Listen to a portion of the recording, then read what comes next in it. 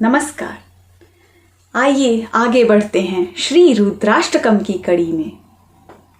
प्रचंडम प्रकृष्टम प्रगल्भम परेशम अखंडम अजम भानुकोटि प्रकाशम त्रयः शूल निर्मूलनम शूलपाणिम भजेहम भवानी पतिम भावगम्यम।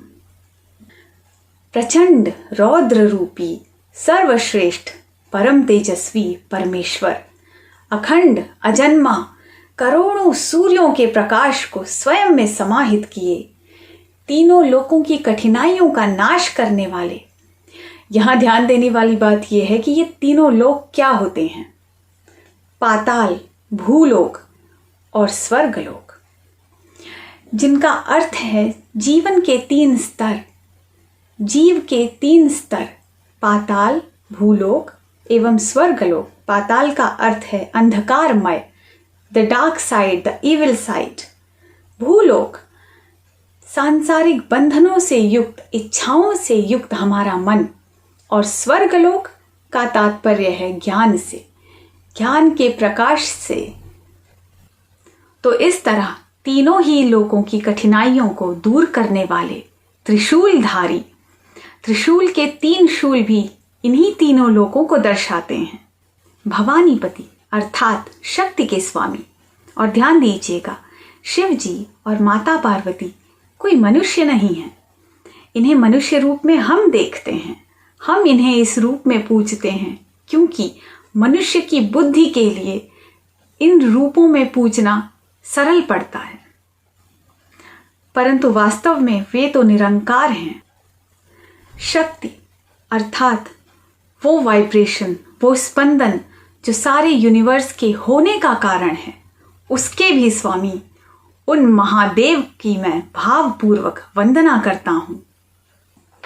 कलातीत कल्पांत कल्याणकारी सदा सज्जनानंद दाता पुरारी चिदानंद संदोह मोहापहारी प्रसीद प्रसीद प्रभो मनमथारी। सारी कलाओं से परे, सारी अनुभूतियों से परे, कल्प का अंत करने वाले, 4 युगों से मिलाकर एक कल्प बनता है। सतयुग, त्रेता युग, द्वापर युग और कलयुग, इन 4 युगों से मिलाकर एक कल्प बनता है। और कल्प का अंत करने वाले महादेव शिव जी हैं। कुछ लोग अंत को एक नेगेटिविटी से जोड़कर देखते हैं, इसे भयावह बनाकर प्रस्तुत करते हैं, लेकिन अंत ही तो सृजन का मूल है। यदि अंत ना हो तो नव निर्माण कहां से होगा, नव जन्म कहां से होगा? इसीलिए तो शिव जी को कल्याणकारी कहा गया है। सज्जनों को, ज्ञानियों को, जो शिव के मर्म को समझते हैं, उन्हें सदा आनंदित रखने वाले, चिदानंद, परम सुख, परम शांति के दाता, मोह रूपी अंधकार का नाश करने वाले, कामदेव का विनाश करने वाले महादेव हम पर प्रसन्न हों। न यावत उमानाथ पादारविंदम भजन्ति हलोके परेवा नराणाम न तावत सुखम शांति संतापनाशम। जब तक मनुष्य उमापति भगवान भोलेनाथ को नहीं भजता, तब तक उसे मृत्युलोक और उसके बाद परलोक में भी शांति नहीं मिलती। ये तो हो गया इसका शाब्दिक अर्थ। आइए अब समझते हैं इस श्लोक का मार्मिक अर्थ। जैसा कि हम पहले भी बात कर चुके हैं, शिव जी कोई मनुष्य नहीं है। इन्हें मनुष्य रूप तो हमने दिया है, ये हमारी कल्पनाएं हैं। मनुष्य अपनी क्षमता अनुसार भगवान को एक रूप देकर उन्हें पूजता है, परंतु जब तक हम इस सृष्टि के विज्ञान को, इसके पराविज्ञान को, उस सुपर पावर को नहीं समझते, इसके रहस्य को नहीं समझते, हम बंधनों से मुक्त नहीं हो सकते।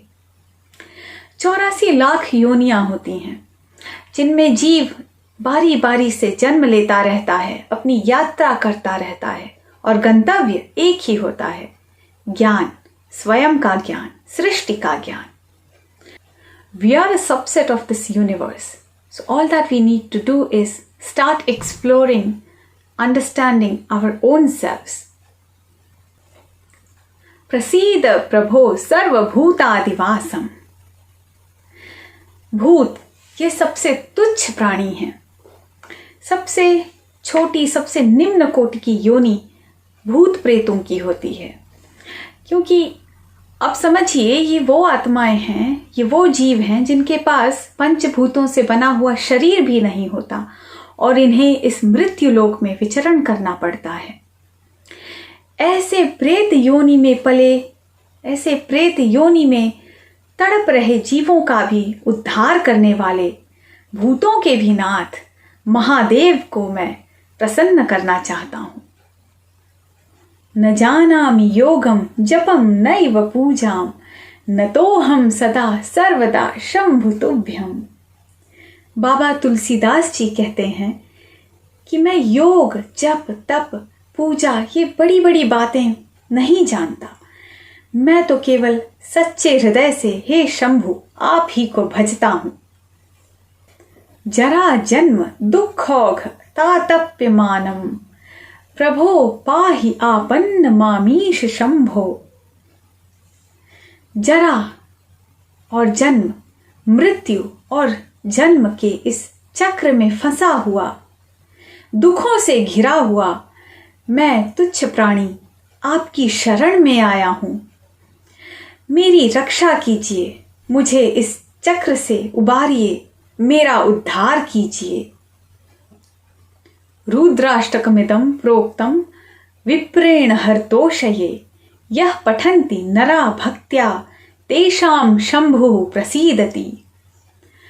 महान विद्वान बाबा तुलसीदास जी द्वारा रचित यह रुद्राष्टक जो पढ़ते हैं एवं समझते हैं, शिव जी उन पर सदा प्रसन्न होते हैं।